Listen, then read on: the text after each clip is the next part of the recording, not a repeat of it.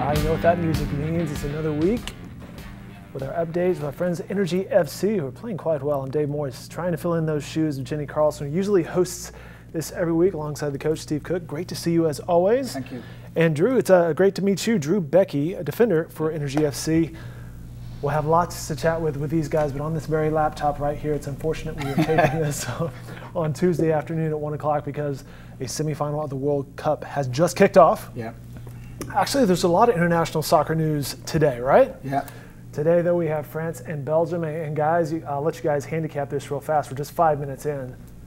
Your thoughts on how this match is going to go?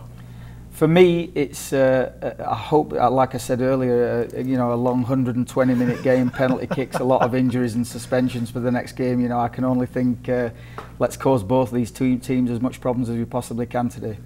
Drew, your thoughts? Well, I don't have a dog in the fight like Coach here, but, no, I think it's two very equal teams, and Belgium is on a roll, but France really is well. proved. France, I don't know. France might have gone into this whole tournament as one of the big favorites, right? Exactly, they're always a favorite. So. Tomorrow, England and Croatia. I pretty much know who you're leaning towards, hoping towards. Yes, that for sure. I mean, I've been disappointed by England so many times in my life. You're in the semis, though. I don't get so excited, but I think this is probably as big of a chance as they're ever going to have, and fingers crossed for a good performance and a great win for England. Croatia's played a lot of minutes this tournament. England's a young team. Your thoughts?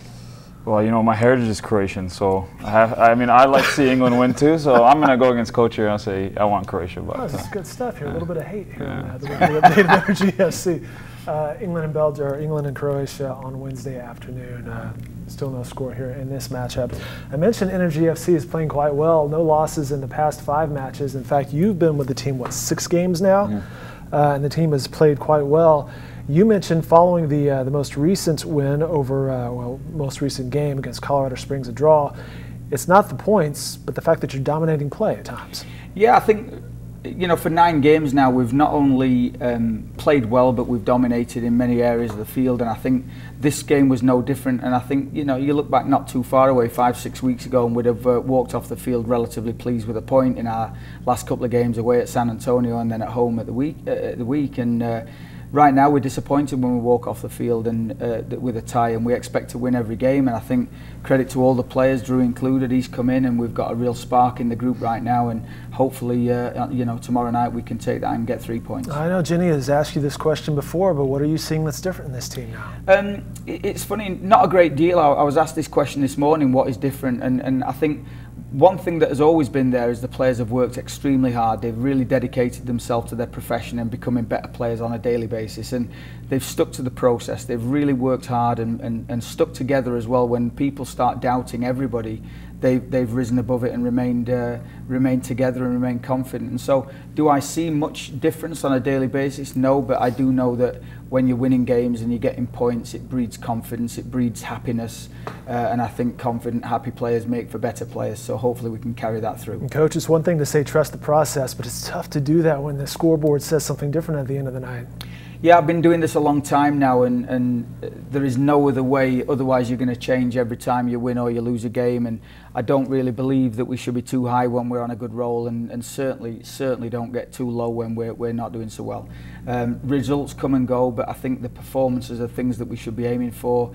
Stick to doing the things that we believe in, that we know we do really well, and try and eliminate some of the threats of our opponents, and I think we'll be just fine. And I think really what we're seeing in the last several weeks now is that we're getting reward for the hard work that we've been putting in right the way from January all the way through today. It's not just happened overnight, it's been a process of hard work all the way through. As you mentioned, over those last 9 games, Energy FC playing well, 4-2-3 is that record, 4 wins and 3 draws right there. As I mentioned, Drew, you've been with the team for 6 games, 3-1-2. What are you seeing in how the team plays?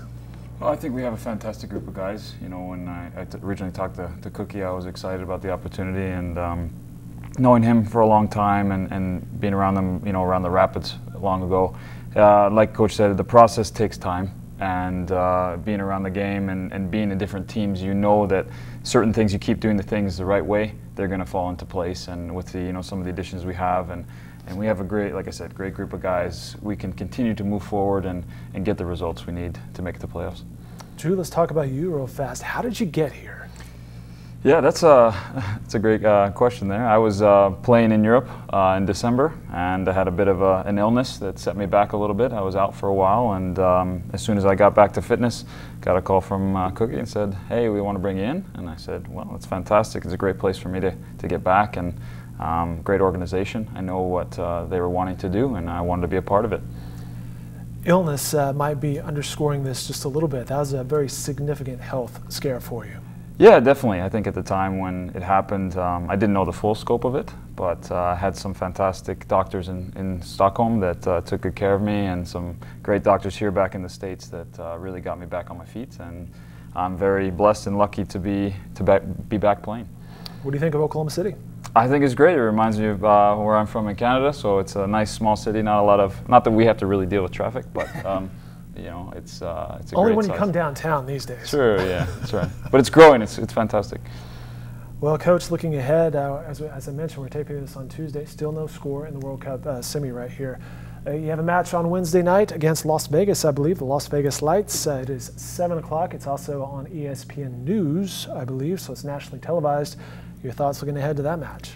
Yeah, I think Las Vegas Lights are probably one of the more unpredictable teams in the league, and they've got good players. They're a well-organised group who I think can really cause you problems with the ball. But in doing so, they do, I think, leave themselves exposed a little bit for opportunities for us on the counter-attack. And I think it's more this game going to be about making sure we deal with the transition really well, especially into attacking transition, create our opportunities, but also get the mentality right. And I think in the last game, I alluded to this fact that we had the team on the ropes a little bit, and I think we had to get a little bit tougher and knock them out a little bit. And hopefully in this game, not only do we get on top, but we stay on top and make certain that we finish the game off in the right way. When a coach says a team is unpredictable, is that a good or a bad thing? Or could it go either way? It is both ways, you know, because when teams are unpredictable, it can be a real big attribute, because it means that the preparation that goes into it is also at times a bit of a gamble. I've watched them plenty of times, and I know they have very good players. They're a team that have scored a lot of goals, and they're a team that concede a lot of goals. So I think on their day, they are a real good attacking threat, and they've shown that many, many times this season. But then there are certain occasions where other teams get on top of them and score goals. So I think it is a team that can cause you problems, and they are unpredictable. But hopefully we make it predictable by getting on top of the game and making certain that we do the things we do really well and do them pretty often on Wednesday night. Drew, how's the preparation going? Yeah, it's fantastic. We don't really, I mean, we do a lot of video, we look at tendencies of certain players, but when it comes down to the end of it, playing a lot of games, you know exactly what needs to be done. And as a defender, my job is to keep things in front of me, you know, keep goals out of the back of the net and spark the attack, you know, and just play simple and do what I'm supposed to do. How's the team feeling? How are you feeling? You played quite a few games in a row, and then you've got a 10-game break coming after Wednesday, but how are the legs? Good. You know, we do a lot of stuff on the, you know, in recovery to get ready for that. A lot of cryotherapy, and Danny, our assistant coach, has been fantastic with that. We managed our training loads, and just really focused on making sure that we're, you know, ready and top fit for each and every game, and the guys are feeling pretty well. You feeling pretty good about the lineup change as far as formation, I guess is what I'm trying to ask? Yeah, you know, in these spells where, you know, we've just come off the back of 3 games in 6 days, and this is now the 3rd game in 7. And I think what you always need to be aware of is the spirit of the group, and put players in who are playing in a hot way right now, but also be mindful of the fact that 3 games in 7 days physically can be tough, especially when you consider flights and playing in different surfaces and heat and dehydration and things. But the reality is that I trust the players implicitly, and if they tell me they're ready to go, then I believe in them, and I believe that whoever we put on the field at any given moment can not only win as a game, but can do that often as well. And so I place my faith in the players, and that they're top professionals who know exactly how their bodies feel. I trust them that they do all the right things away from the game with nutrition and hydration and making sure they get the rest and recovery. And so it's really a process of everybody in the group, not only coaches, but support staff, players, doing their part to make sure that mind, body, spirit is ready for every game. It's under the lights Wednesday night, 7 o'clock, Taft Stadium, Energy FC hosting the Las Vegas team. Drew, what's it like playing on a bigger stage such as ESPN when they bring their cameras to a game like this? Yeah, it's always good.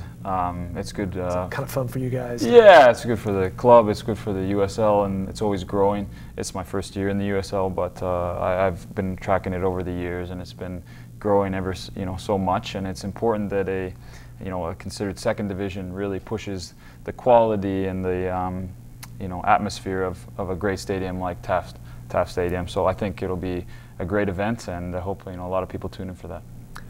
Good stuff. You can find ticket information and more information about Energy FC, energyfc.com. There's the website right there.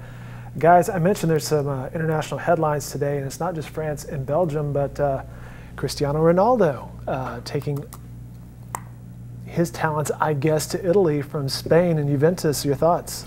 Yeah, well, first, he's had an incredible career, and I don't expect that career to end anytime soon. He's not only been at a couple of the world's best clubs, but he's now going to another one who I think he instantly makes that a better team. He instantly makes them a threat to not only win the league title, but the Champions League next year, and I think that's probably what they're aiming for in Juventus.